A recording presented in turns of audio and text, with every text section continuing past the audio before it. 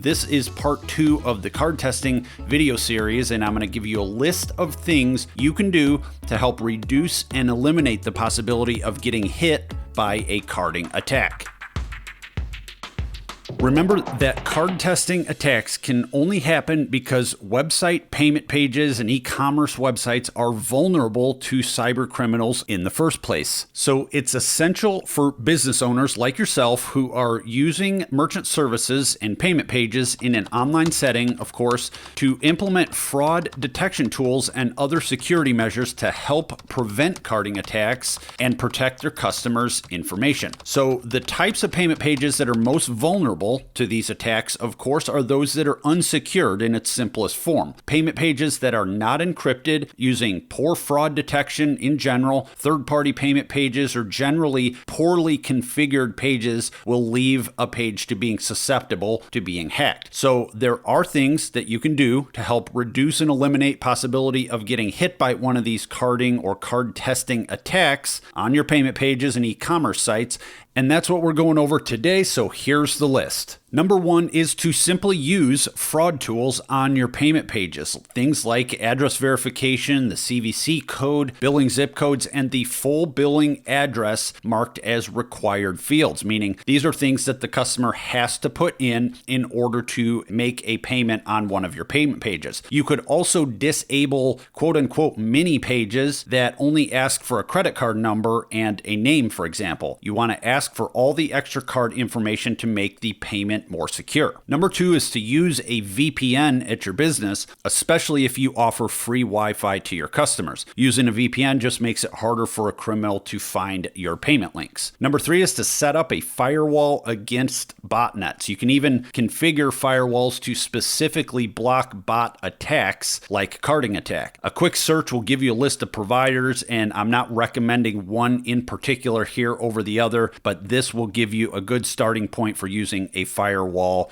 to block bot attacks. Number 4 is to add a CAPTCHA. Google's CAPTCHA is recommended by Stripe's fraud documentation right on their website in the support center, and it's built into many payment page editors and e-commerce website software as a core feature. All you have to do is turn it on. Number 5 is to set minimum purchase amounts, as in the dollar amount. If you have a donation page, for example, or a pay what you want checkout page, set a minimum limit just under the value of your minimum ticket for your products or services. Again, these bot attacks come in small dollar amounts usually, so if you don't ever accept transactions for $10 or $20, for example, set your limit at $30 or $50 or even higher, whatever your average tends to be. The page then knows to not even attempt to accept a payment if it falls below your minimum limit that's set in the page editor. Remember, the point here is to remove the possibility of a bot-enabled software to find a vulnerable payment page in order to carry out a card testing attack. So if they can't find the pages, the likelihood of your page being the subject of an attack is minimal to zero. But even if they do find a page, if it's locked with the proper security as I'm outlining, then the card testing attack won't happen. And with that, number 6 is to hide the pay what you can payment page links so they're not available to the public. So consider removing them from the main menu of your website and only email them to specific customers who are going to make a payment. Number 7 is to encrypt payment links. In an invoicing scenario, for example, you can encrypt the payment link itself, the page link, making it harder to duplicate that page or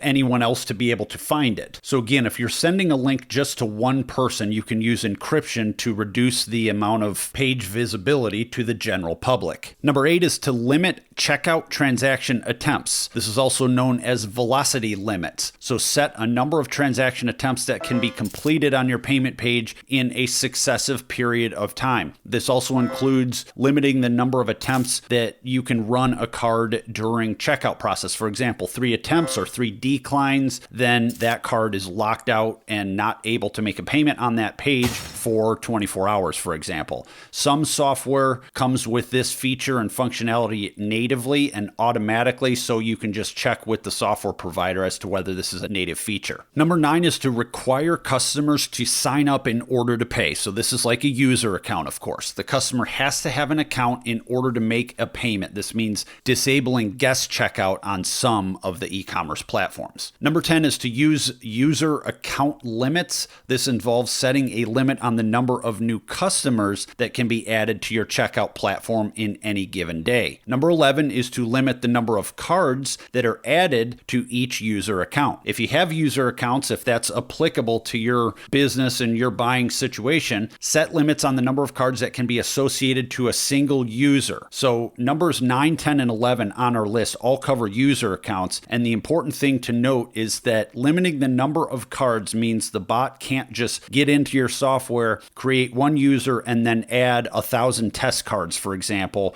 per user account. You can limit the number of users and the number of cards per user so that it reduces the amount of transaction attempts that are even possible. Number 12 is to review transactions daily, especially if you've seen suspicious activity before. Check the reporting tab frequently. Most merchant account providers give you access to an app and an online portal where you can check your transactions easily on your computer and even on your phone. Number 13 is to update all your software regularly. This includes websites, all payment page software, VPNs, PCI compliance, firewalls, operating systems, generally anything and everything that's used to complete a transaction in the digital realm of your payment collection process. Make sure that it's always updated. Number 14 is to report suspicious activity immediately. Don't keep it to yourself, and certainly don't just pass it off and think that it's really no big deal or probably nothing. Act now, act immediately. Call your merchant services provider, call your web developer, your IT security team, and tell them to be on guard and to figure out a move forward plan. This might even involve proactively disabling payment pages and or generating new transaction keys and website payment URLs in attempt to once again hide the payment page that could be targeted. Again, this is where page encryption could come into play. As I discussed already, the general rules that you want to try and hide the page, disable it, or spin it to have a new link or an encrypted link if you feel that the page is being targeted for a future attack. Number 15 is to turn off or disable payment pages that are not in use. So product pages, invoice links, pay what you want pages that are not in use but active and attached to a valid merchant account, just disable them. You don't want to leave them sitting out there like a sitting duck on the virtual battlefield if they don't need to be there and you're not regularly using them. Just disable them or delete them entirely. Number 16 is to use a third-party fraud monitoring tool